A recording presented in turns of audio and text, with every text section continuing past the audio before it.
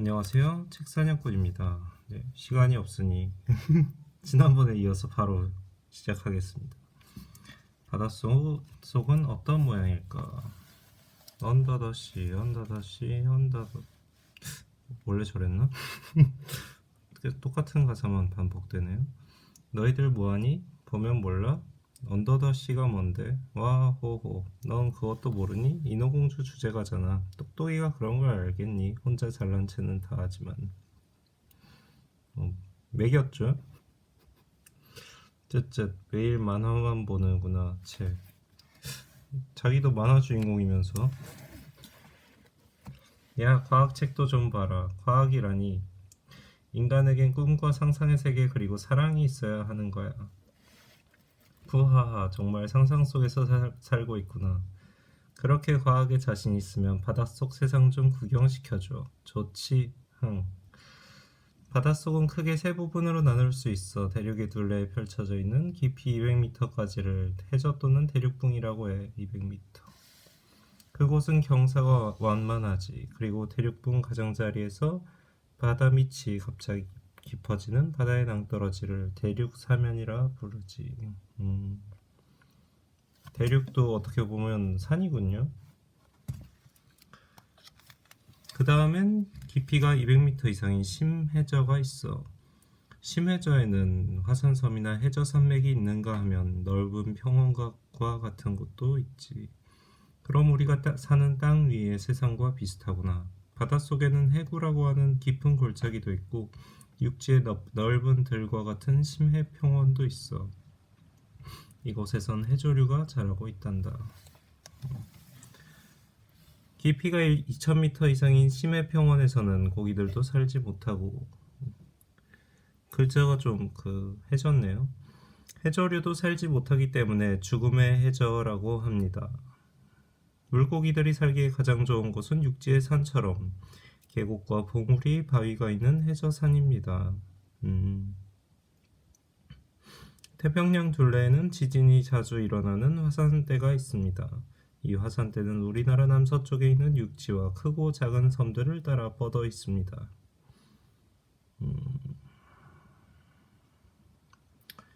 육지와 크고 작은 섬들을 따라 뻗어 있습니다. 바둑돌처럼 줄지어 늘어서 있는 섬들을 열도라 하며 작은 섬들이 모여 있는 곳을 제도라고 합니다. 그 사이가 바다에서 가장 깊은 곳인 해구입니다. 열도 사이에 해구가 있죠. 그렇다고 하네요.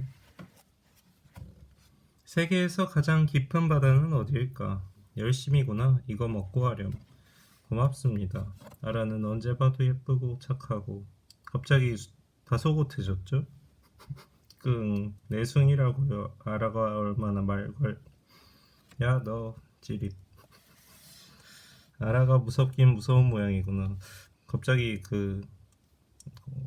시집가도 될 그런 포즈로 있어요. 이거 한 가지 말고는 다 했는데 세계에서 제일 깊은 바다가 어디람? 우리 삼촌이 알고 있을 거야. 물어보자. 잠시만요. 펜이 어딨지? 여기 있다. 똑똑. 삼촌 뭐 하는 거예요? 명상 중이니 문 닫고 나가라. 뒤집어져 있죠, 사람이. 머리를 바닥에 하고 명상록 같은 걸 읽고 있나? 명상을 방해할 생각은 없어요. 그런데 되게 특이한 자세예요. 그 당시에도 참 재밌다고 생각했는데 처음 읽었을 때도 인상적이었다고 해야 되나? 예, 지금도 인상적이에요. 그런데 한 가지만, 세계에서 제일 깊은 바다가 어디죠? 그야 쉽지. 서태평양 필리핀 옆에 있는 마리아나 해구란다. 여기다. 1951년 영국의 챌린저 탐사선이 처음 발견했을 때 1만 미터로 확인. 1957년 소련의 비티아즈호가 그곳에서 1만 1034m의 해구를 찾아냈고, 1962년 HMS 쿡 탐사선이 여기에서 깊이 11,515m의 해구를 발견, 현재까지 제일 깊은 곳으로 밝혀졌지. 어머, 너희 삼촌은 백과사전 같다. 갑자기 얼굴이 시뻘개요. 이유는 모르겠는데.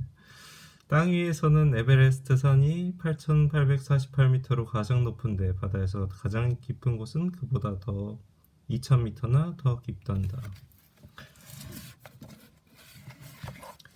그 밖에도 알류산 해구, 지시마 해구, 류쿠 해구, 필리핀 해구 등의 깊은 바다가 있는데 이곳들은 대부분 열도 부근에 있다는 공통점이 있지.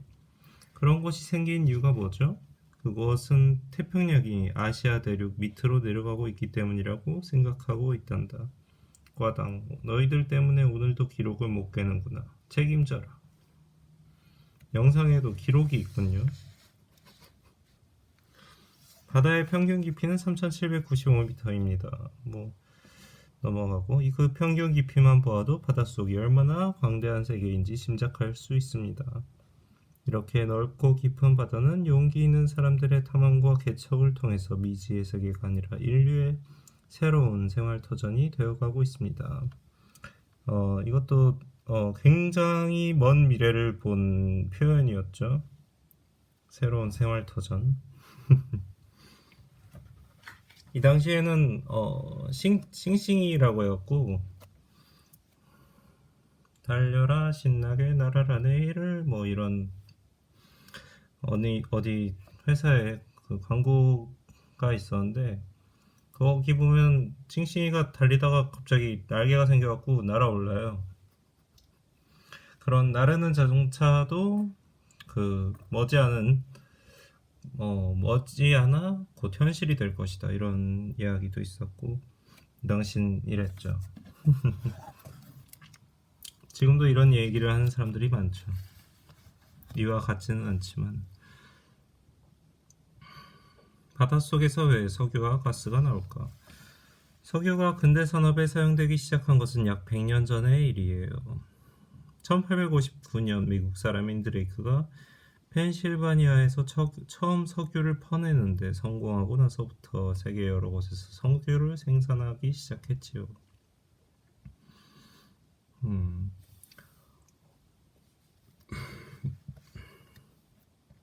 당시 석유는 주로 연료나 등불로 사용되었지. 그러나 1900년경부터 전등과 자동차가 발명되면서 석유는 주로 가솔린 엔진, 디젤 엔진이나 화력발전소의 연료로서 산업 발달의 원동력이 되었지요. 지금은 각종 유기화학약품, 합성섬유나 플라스틱 등 일용품을 만드는 데도 없어서는 안 될 소중한 자원이에요. 바다에는 석유가 어느 정도 저장되어 있습니까? 수심 200m 이내, 즉 대륙붕의 석유 매장량은 1655억 8800만 배럴이고 천연가스 매장량은 48조 미터 세제곱에 이른다고 추정하고 있어요. 그래서 각 나라에서는 해양자원 개발, 특히 대륙붕 개발에 박차를 가하고 있지요. 맞아, 우리나라도 동해안 여러 곳에서 대륙붕 개발 중이래. 나도 TV에서 봤어. 똑똑하죠? 그런데 석유가 왜 바닷속에 묻혀있지? 강물처럼 흐르면 편할 텐데. 그래, 그러면 쓰기 편리할 텐데. 야, 그게 말이 되니? 이를테면 말이야, 상상도 못하니? 수억 년 전부터 바다에 살던 수많은 플랑크톤과 물고기들이 죽어서 바다 밑바닥 골짜기에 가라앉아 쌓이게 되었지요. 선생님이 시끄러우니까 회초리를 들었죠? 약간 엄해요.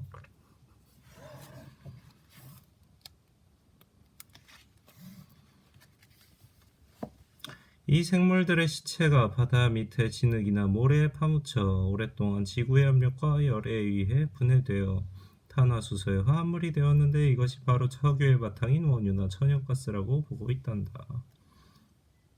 어느 날 내가 죽으면 나도 석유 같은 밑거름이 되리라.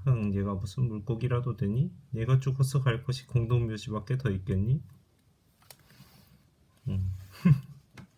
잘 놀리죠.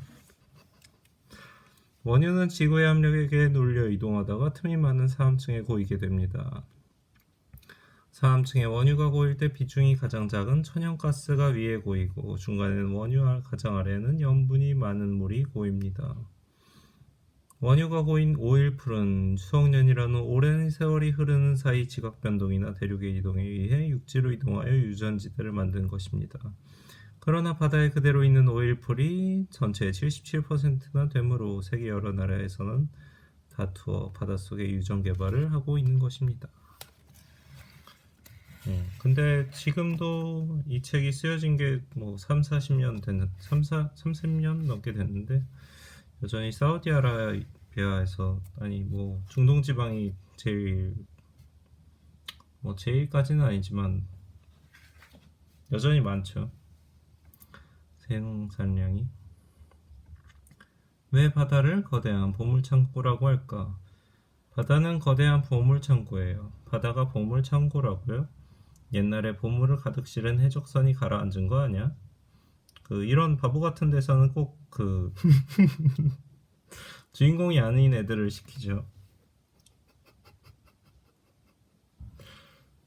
아닌가? 뭐 아무튼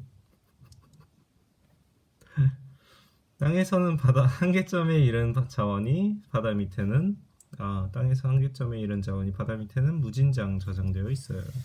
그래서 바다를 거대한 보물창고라고 하는 것이지요. 석유나 천연가스 말고 또 무엇이 있을까? 창고처럼 여러 가지가 있겠지? 선생님, 빨리 얘기해 주세요. 바닷물의 깊이에 따라 광물이 여러 종류가 있어요. 이번엔 선생님이 많이 등장하네요. 바다의 조간대에는 다이아몬드와 금, 백금 등의 귀금속과 티탄석, 자철석, 사금 등이 묻혀 있고 대륙봉 지역에는 석유, 천연가스는 물론 석탄, 자철석, 티탄철, 금광이 개발을 기다리고 있어요.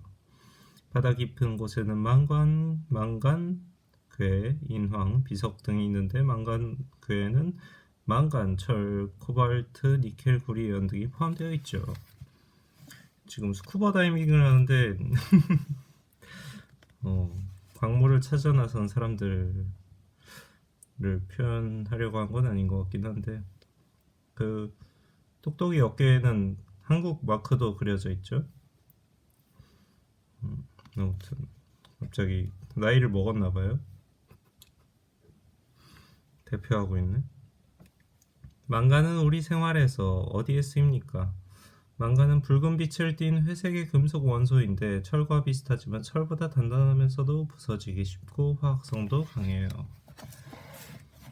강철에 섞어 여러 가지 기구를 만드는 데도 쓰이고 강철에 망간을 섞네요. 강철을 만들 때 생기는 산성을 없애는 탈산제로도 사용되지요. 육지의 망간이 약 20년 후면 고갈될 상태라고 하는데 지구 전체의 바다 중에 약 35%의 바다 밑이 망간괴로 덮여 있다고 하니 망간괴의 개발이 꼭 필요하겠지요. 바닷속에는 중요한 게 정말 많네. 그래서 거대한 보물창고라고 하는구나. 학자들은 이처럼 많은 양의 망간괴가 특히 하와이 섬 북쪽 적도에 이르는 넓은 지역에 많이 형성된 원인이 무엇인가를 알아내려고 노력하고 있습니다. 하와이는 자주 나오네요. 지금까지 알려진 것으로는 첫째, 바다 밑에 화산화 활동 때문이라는 생각, 둘째, 바다 밑에서의 퇴적작용 때문이라는 생각, 그리고 뭐 어쩌고저쩌고. 이 밖에도 바다 밑에서 나오는 더운 물이 망간이나 철이온을 가지고 있으므로 다른 어느 것보다도 좋은 조건에 어쩌고저쩌고가 있습니다. 망간계는 하와이 섬 북쪽에서 적도까지 넓게 형성되어 있지. 뭐 태양과 물과 갈매기와 맨날 나오는 것 같기도 하고. 이슬은 어떻게 생길까? 하나, 둘, 셋. 태양도 좀 더 자고 싶은데 사람들이 부지런하게 나오는데 태양은 좀 더 자고 싶나 봐요. 삼촌 뭐 하는 거예요? 빨리 좀 와요. 헉헉. 먼저 가라니까. 얘가 어제 술을 많이 마셨나 보구나. 너무 많이 마셨나 보구나. 그러길래 적당히 하랬지. 핵핵. 잠깐이라도 쉬었다 가요. 삼촌 벌써 다 왔는걸요? 그래? 그럼 나도 정상을 정복한 셈이네. 뭐지 이게 뭐라고 표현하더라? 약간 시시하다? 뭐 이런 식으로 표현을 했나? 아무튼 뭐 비슷한 표현이 있었는데 간밤에 비가 내렸나요? 다 물이 있죠? 나뭇잎들이. 아니 그런데 왜 그러니? 꽃잎에 빗방울이 맺혀 있잖아요. 어제도 비 온 적 없는데. 우리 똑똑이가 이슬과 비의 차이를 아직 모르는 모양이구나. 헤헤헤 아직은 모르는 게 너무 많아요. 아빠 앞에서는 순한 아들이죠. 바보. 모른다고 부끄러워할 필요 없다. 칭찬인가? 네가 모르고 있다는 것만 알아도 많이 하는 거지. 이슬은 비처럼 하늘에서 내리는 게 아니란다. 이 사람은 그 당시에 아버지의 상을 보여주고 있다고 볼 수 있을 것 같아요. 이슬은 비처럼 하늘에서 내리는 게 아니란다. 수증기를 품고 있는 따뜻한 공기가 밤사이에 기온이 내려갔을 때 차가운 것에다 생긴 것이 이슬방울이지. 이 그림은 좀 시간이 많이 흘러도 기억이 납니다. 이 표현이 기억이 나요. 여름에 더울 때 유리컵에 찬물을 넣고 얼음까지 넣어서 마시지. 그때 컵 표면에 작은 물방울들이 맺히지 않던? 맞아요. 물을 얼려서 학교에 가져갔더니 물통이 새는 것처럼 그 주위가 다 젖었어요. 이슬 맺히는 게 그것과 같은 이치란 말이군요. 하지만 모든 이슬방울이 공기 중의 수분 때문만은 아니다. 나뭇잎이나 풀잎에 맺혀있는 물방울은 대부분 그 식물이 가지고 있는 수분이 잎사귀 가장자리 쪽에 벌어져 있는 물구멍을 통해 나온 것이란다.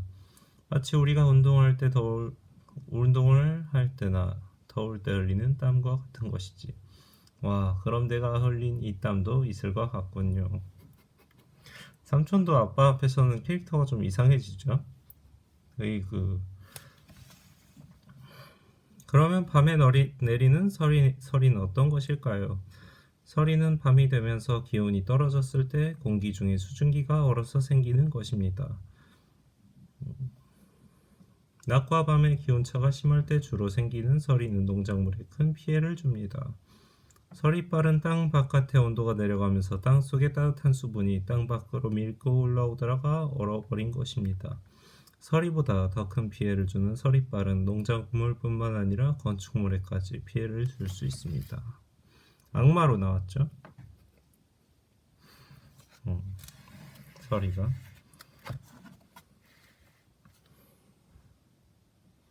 농작물을 해치는 것들은 악마인가 봐요. 아지랑이는 어떻게 생길까? 아라가 감상을 하고 있죠. 아, 봄은 아름다워. 또 늦잠 잤구나. 배드민턴 채를 들고 왔어요? 웬일이니? 나랑 배드민턴 하러 가기로 했잖아. 너는 내가 가을보다 봄을 더 좋아하는 이유를 아니? 가을엔 낙엽이 져서 쓸쓸하지만 봄엔 꽃이 예쁘게 펴서 그런 거 아니니? 꽃도 좋긴 하지만 그게 아니고 봄에는 방학이 있기 때문이지. 방금 느껴지던 분위기와는 좀 다른 대답이네요. 못 말려. 띵. 새치미한테나 전화 걸어보지 그러니? 웬 새치미? 배드민턴은 새치미하고 해. 난 봄이다 느낄래. 팽. 봄은 나도 느낄 수 있어. 새치미가 지금 1권을 처음부터 읽고 있는데 아직 새치미는 안 나왔죠? 지금 빌드업이라고 하나? 새침이 등장하기 전에 이름부터 언급을 하고 있어요. 봄은 나도 느낄 수 있어. 울고 있죠. 얘가 느끼는 봄하고 내가 느끼는 봄하고 어디 같니? 봄방학 때문에 봄이 좋다며 그건 얘 수준에 맞춰 얘기한 거지. 진짜 같이 못 놀겠네. 뭐 맞춰달라고 한 적도 없는데 맞춰줬었죠. 찐빵에서 김이 모락모락 나듯 달콤한 낮잠에서 막 깨어난 듯. 그거 아지랑이 얘기 아니냐? 얘가 그걸 어떻게 알았어? 근데 두 번째 대사는 되게 멋있었는데 첫 번째 대사는 먹는 게 중요하긴 한데 얘 모습이 꼭 봄동산의 아지랑이 같이 하늘하늘 피어오르거든. 킥킥. 아지랑이에 대해 알고 있어? 알아볼 필요가 있어? 너 자체가 바로 아지랑이인걸. 하지만 제대로 알고나 있어. 갑자기 당하고 있어요. 아지랑이는 꼭 봄에만 피어오르는 게 아니야. 온도와 습도가 다른 공기를 섞으면 언제나 나타나는 현상이지. 어디 가는 거니? 새치미하고 배드민턴 치러 간다. 씨. 삐졌죠? 삐져서 그 말로 혼내주고 갔어요. 왜 혼났는지 모르겠지만. 날씨가 맑은 봄날이면 멀리 공중에 아른거리는 것이 보이는데 이것이 아리지랑이입니다. 이것은 찬 공기와 더운 공기가 섞이면서 보이는 현상입니다.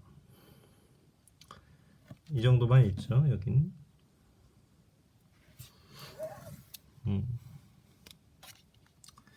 저희가 한두 편 정도밖에 이제 더 못 읽어서. 같은 기온이라도 바람이 불면 왜 더 추울까? 야, 똑똑아, 이리 와봐. 새침이 좀 봐. 잉? 무슨 일이야? 덜덜. 너무 추워서 집에 가야겠어. 뭐가 춥다고 그래? 한번 놀기로 했으면 끝까지 놀아야지. 쌩. 똑똑이 말이 맞아. 혼자 집에 가는 게 어디 있니? 미안해, 먼저 갈게. 감기 걸릴 것 같죠? 나도 집에 가서 옷 더 입고 와야겠다. 똑똑아, 너 안 춥니? 글쎄 좀 춥긴 한데. 휘잉. 어제랑 오늘이랑 기온은 똑같은데 그래서 어제랑 똑같이 입었거든. 그런데 오늘은 바람이 불잖아. 쌩. 같은 기온이라도 체감 온도는 다른 거야. 갑자기 주변 색깔이 따뜻해졌죠? 느낌이. 체감 온도. 모르는 거 보면은 공기가 비웃고 있어요. 다른 것도 아니고 공기한테 비웃음 당하고 있죠. 대기의 온도와 별도로 우리에게 실제로 느껴지는 온도는 습도와 바람의 속도에 따라 다르다는 거지. 아, 그래서 오늘같이 바람이 부는 날은 더 춥게 느껴지는구나. 싱. 왜 그런 걸까? 우리 몸은 땀구멍에서 나오는 땀으로 체온을 조절하는 거 알지? 바람, 열. 땀은 몸의 열을 빼앗아 가는데 그럴 때 바람이 불면 땀이 빨리 증발하면서 열을 빼앗는 것은 물론 피부 근처의 따뜻한 공기까지 날려버려서 더 춥게 느껴지는 거야. 음, 음, 그런가? 따뜻한 공기. 바람아 오지 마라. 후후. 화당. 그러면 어떻게 해야 정확한 기온을 잴 수 있을까요? 온도계의 위치에 따라 같은 시각의 기온이 달리 측정될 수가 있습니다. 그래서 정확한 기온을 알려면 뭐 어쩌고 저쩌고 초등학교 때 있었어요. 이거 보고 오라고 그랬었는데. 그럼 이것까지만 읽고 오늘은 마치겠습니다. 남극과 북극은 왜 다를까? 곰이 좁은 곳에서 자고 있죠. 지금은 이런 이미지를 보면 약간 위기의식을 느끼는 편인데 이 당시는 그냥 이렇게 그린 것 같아요. 너무 크게 그리면 귀찮으니까. 북위 66도 30분에 북쪽을 북극권이라 하고 여기서부터 북극까지는 북극지방이라 하며 뭐 남극과 남극지방이라 부르지요. 선생님 질문이 있습니다. 북극보다 남극이 더 춥잖아요. 왜 그런 거지요? 그럼 얘기해 줄 테니 여러분 모두 잘 들어보세요. 와. 북극은 북아메리카, 아시아, 유럽 북부로 둘러싸여 있는 북극해로 이루어졌지만 남극은 남극 대륙이 대부분을 차지하고 있습니다.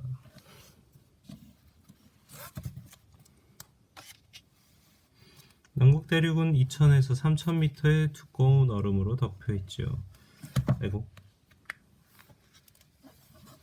북극에는 북극해가 흐르고 있어 추위를 풀어주지만 다들 웃고 있죠. 곰도 웃고 있고. 남극은 남극 대륙이 대부분을 차지하고 햇볕이 지면에 적게 도달하기 때문에 온도가 아주 낮아요. 난류가 흘러들어와 온도를 높여주기도 하지만 대륙 자체가 두꺼운 얼음으로 덮여 있는 데다가 건조한 고기압이 머물고 있지요. 그래서 북극보다도 훨씬 추운 거죠. 펭귄은 북극에는 안 사는데 아무튼 위에 가서는 따뜻하대요. 아래에선 추워하고. 그렇다면 북극과 남극에서 사는 동식물에도 많은 차이가 있겠군요. 물론이지. 북극 지방에 살고 있는 생물은 한대 지방에서 올라가 속심한 추위에 적응하며 살고 있지요. 풀과 나무가 있고 여름에는 꽃도 약간 볼 수 있어요. 순록과 흰곰 그리고 얼음집을 짓고 사는 에스키모인들도 있죠. 왜 이렇게 신났죠? 그러나 남극은 사람이나 짐승이 정착해 살기엔 너무 춥습니다. 위에는 O고 아래는 X로 그려놨네요. 남극의 펭귄, 고래, 바다표범, 갈매기, 바다제비 등이 하나도 살 수 없는 것은 바다제비 등이 살 수 있는 것은 천적이 하나도 없기 때문이에요. 저는 남극에 가서 살고 싶습니다, 선생님. 최초로 남극에 정착한 사람으로 남고 싶습니다. 넌 나의 천적이야. 저 말을 꼭 대사를 하고 싶었나 봐요. 작가분이. 남극 지방과 북극 지방에서는 하루 종일 해가 뜨지 않아 밤만 계속되는 날과 하루 종일 해가 지지 않아 낮만 계속되는 날이 많이 있습니다. 아무튼 이런 걸 배기하라고 한대요. 이곳은 1년 내내 겨울방학이겠지. 달이 되게 곤란해하고 있죠. 그럼 오늘 여기까지 읽겠습니다. 감사합니다.